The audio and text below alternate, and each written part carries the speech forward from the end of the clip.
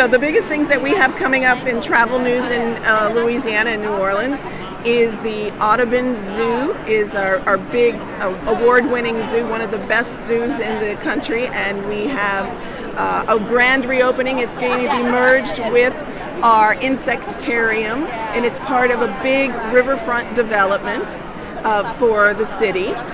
And then another big attraction in New Orleans is the World War II Museum. And they are going to be having the final exhibit for the entire museum, and that's going to be happening in November.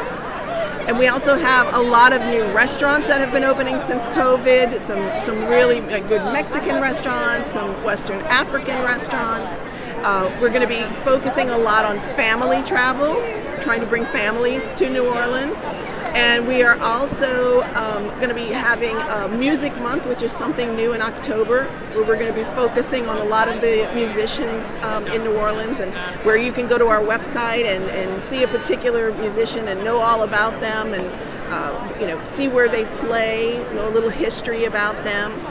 We're also, we get lots of festivals, this time of year in New Orleans. The Jazz Festival, the French Quarter Festival, a lot of smaller festivals too as well. So those are pretty much the highlights of what we have going on. The Argentine like the good food. What is the favorite food in New Orleans?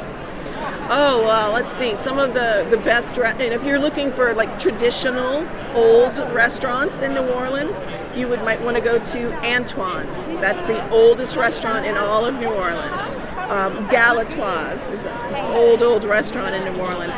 But we're also finding a lot of new chefs who are James Beard award-winning or nominated chefs. We have one from Mexico, and her restaurant, Ana Castro is the chef. It's called Laguna Madre, and I think I'm saying that correctly. And she's bringing a whole new kind of Mexican scene to New Orleans, where New Orleans isn't necessarily known for its Mexican food, but she's trying to bring that in. And another restaurant called Dakar, and Dakar is a Western African restaurant. So we have a lot of our traditional Creole food, and then we have a lot of younger chefs coming in to try to bring it a more international flair to New Orleans.